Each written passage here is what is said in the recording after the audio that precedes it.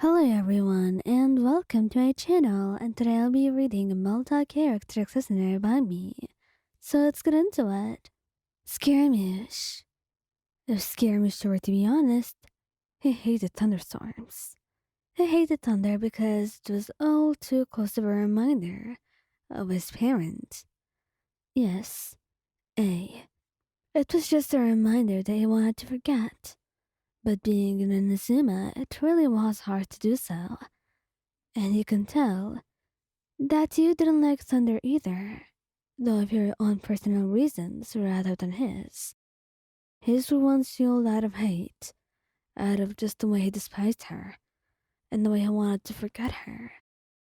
How thunder was a constant reminder of her presence, of her power, the power you could never hope to match. But you, well, your reasons were much cuter in his own opinion. You were just scared of thunder, and that was it. No more to it than that. And though Scaramouche could mock you about it, he never does. He just thinks it's sweet and innocent of you to be scared like that, without any reason or hatred. You just hate thunder, and that was it. Nothing more like the reasons that he had. And that's why, when a thunderstorm happens and he curses under his breath, he sees you flinch, and you can tell that you're scared. So, of course, the first thing that comes to his mind is what he does. He wraps his arms around you tightly, pressing you close to him, and leaning down to press a soft kiss to your forehead. It's fine, Lion. You're safe, he says softly, and then looks out of the window, pointing at something, at the sky, the stars, maybe everything in between. You only focused on the way he was holding you and let yourself melt into his arms. See that, Lion? Thunder's okay. It happens. I don't like it either, but for different reasons than yours. But I think you don't have to be scared of it. It won't harm you. Especially not as long as I'm here. The thunder would never harm him. It would never come near him, as much as he hated it. And as much as he wanted to fight its maker, he was kind of glad that it avoided him. And he was relieved for once that he could pass on this protection that you had onto you. Someone who deserved it much more than him. He kept reassuring you for the rest of the night, holding you in his arms, and you fell asleep quickly, feeling safe and sound in his arms, away from all harm, with his warmth and love covering you. Venti.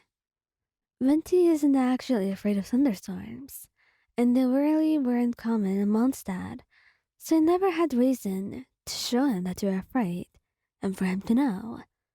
But since you were traveling to Nazuma for a couple of days, there were a lot of these.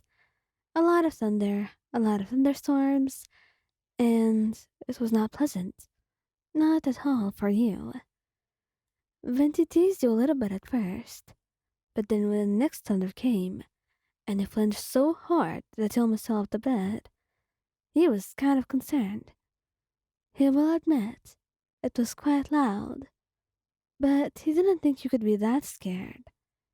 So the next thing he did was that he grabbed you and pulled you close, kissing your forehead and stroking your back gently. Oh, my own, I've got you now. There's no reason to be so afraid, he murmurs, kissing your cheek, and you cling to him, pouting. I don't want to be here, Venti. Can't we just go back to Mall now? Well, we're going to go back as soon as we can, I promise. But I'll pay attention now to the thunder, and I will try to keep the weather around us a little bit better. Good? You nod into his chest, and Venti pays the utmost effort he can, and attention, just to make sure that the weather around you is at least a little bit similar to Mondstadt. with no thunder or thunderstorms to bother you. Xiao. Xiao really had no particular feelings towards thunderstorms or thunder, the occasional one that may be in Liyue, but he really just didn't think of them. And honestly, they were very uncommon there, so there was no reason to do so anyway. He was kind of surprised to your reaction though, when the two of you were sleeping over. And, well, there happened to be a thunderstorm. It started out with the occasional thunder, and you would always flinch, frowning a little bit, and trying to think nothing of it. But you could tell that the smile was wiped off your face, and that you seemed a little bit more fidgety. And then they became louder, closer, and more frequent, and you could see you trembling. So, you wrapped the sounds around you, leaning in for a soft kiss. Why, dear, do you want me to teleport you somewhere away from here? Would you? He nodded, and you were grateful that he agreed to teleport you to Wangshuan, away from all the thunder that scared you. He then treated you for a meal, something warm, something to ease your nerves.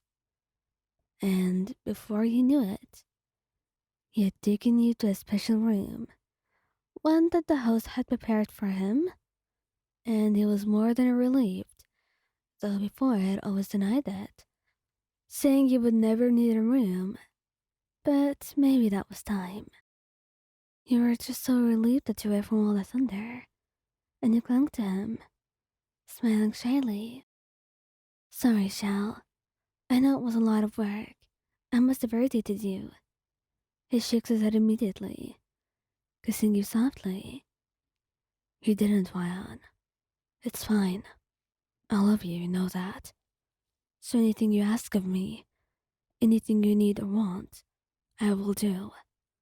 He says it with such conviction that it almost hurts, because your heart is so fragile, and his words are so strong. And that's when you know that Xiao has no qualms about whatever he might need to do for you.